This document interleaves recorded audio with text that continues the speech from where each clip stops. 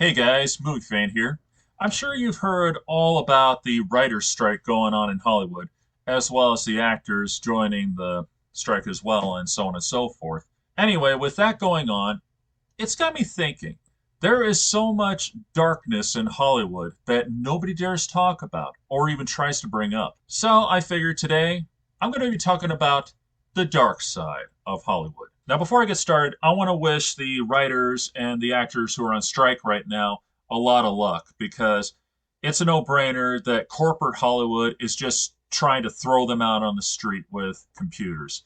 And how long before they really start replacing everyone with computers just so the producers can make more money in their pockets without paying anybody? So, for all you out there on strike, keep up the good work. I hope you win. Now that that's out of the way, let's get into the darkness that is Hollywood. Well, it's no secret that for quite a long time now, we've had the old story of basically producers and directors pulling a Harvey Weinstein. And I know you know what I'm talking about.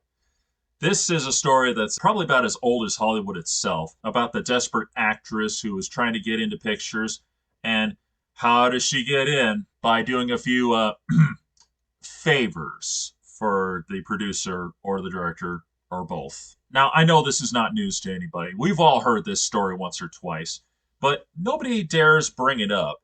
And ever since Harvey Weinstein got busted for the whole matter for doing that for decades, well, everybody seems to see it as old news with him as well.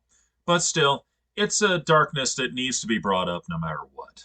And despite the fact that he's like the big image of it all, this has been going on way before him, and it's continuing to this day, and we all know it. Or at least we suspect it, we just can't prove it. Now, another dark fact about Hollywood is that if you want to make it in pictures, you need to be born in Hollywood to really have a chance. And that's the truth. Because there's a little known fact that most people don't dare talk about, and that's the fact that most of your big name celebrities like Nicolas Cage, Angelina Jolie, and them all went to Beverly Hills High School. And, well, they all became big stars, didn't they? That's the truth. If you go to Beverly Hills High School, you got a chance. If you are not from Beverly Hills or you don't go to Beverly Hills High School, or for that matter, if you are not even from California, it's going to take a miracle and a half because the fact is, in order to really make it, it's not about talent. It's part of it, sure, but let's get real. It's not about talent. It's about knowing people. That's the real truth. If you want to make it in Hollywood, and if you're not from Hollywood, good luck to you, buddy. Good luck. Because the only chance you're going to get in is if you know someone who could get you in. Because, fact is, they claim they're looking for new talent, but no. They're looking for people who are in-house only. It's really just a in-house club, if you will. And that's the truth. That's why you see so many celebrities' kids get in, but you don't see any newbies from anywhere else in the country.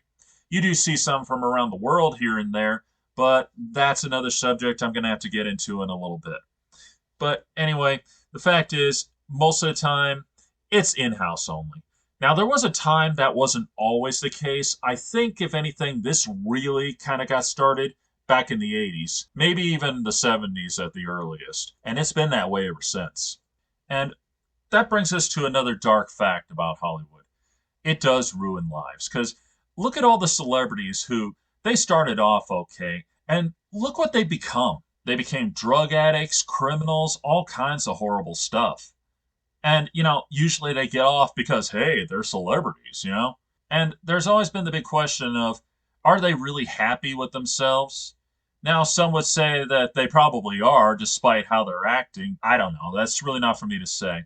Because that's a question that I don't think anyone could answer. No common person, no shrink, no celebrity himself can even answer that one, I don't think, to be honest. Because the fact is, when you get into that kind of trouble, and if you are having these kind of problems, there must be something to it that suggests that it does ruin a lot of lives. So it comes down to one question. Is fame really worth it? Because how many times have you seen them, they're top of the world, then all of a sudden they're nobodies. Nobody knows who you are. And they haven't done anything in 30 years. And there's thousands of examples of this. We've all seen it and heard it. Heck, even the Power Rangers have had problems like this. When I saw Amy Jo Johnson at the Comic Con, she talked about how she was pretty much literally typecasted for the longest time. In fact, all the way up until she started directing and producing. Because, as she put it, quote unquote, they were not taking her seriously as an actress. Because all they kept seeing was Kimberly Hart from Power Rangers. Oh, sure, she did get into other shows and she did a few films, but most of them were pretty small roles, and they weren't really giving her a chance to really do anything. And yeah, there were other great shows like Flashpoint, which she was great in that show. But again, they really weren't giving her a chance. And we all know the typecasting story. This has happened so much that it's unbelievable.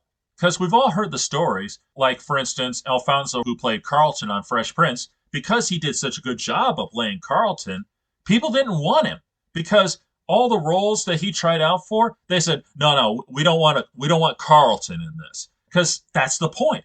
Whenever a director or producer sees a show that's so popular because of the way the character was, they won't give him a chance because all they keep seeing is what they were playing. And that's just sad. It's really sad that they get typecasted like this. Granted, there are times that really that's all they can do, but, you know, there are times that it's just like, you got to be kidding me. Can't you give them a break? Can't you just give them a shot to try to prove themselves? Or at least to give them a small role? I mean, what makes you think that they're going to be all like, "Oh, I'm Carlton. I'm doing the Carlton dance on the movie." What makes you think he's going to do that when it's clearly not written to be like Carlton? Now, it's no secret that for quite a while now, you've been seeing more British actors play in our movies than American actors these days. And don't get me wrong, the British do have some great actors, but it kind of sends the message that we don't have actors that are good enough anymore. So they have to outsource from other countries. And I'm sure one story that everybody is very familiar with is the old drug story. How, you got celebrities who get addicted to drugs because, they're given drugs and all that to keep them going. Heck, I know it's no secret about what happened to poor Judy Garland during The Wizard of Oz. How she was given diet pills, she was forced to not eat anything and to drink only water and black coffee so she wouldn't gain weight. They wanted her to stay the exact weight that she was so desperately and unnecessarily, I might add, that, yeah, they put her through all that. And this was back in the 30s, for crying out loud. That's probably one of the earliest examples of Hollywood mistreating the actors. So, what dark stories about Hollywood have you heard or have you seen personally? Feel free to let me know. This is Movie Fan, signing off.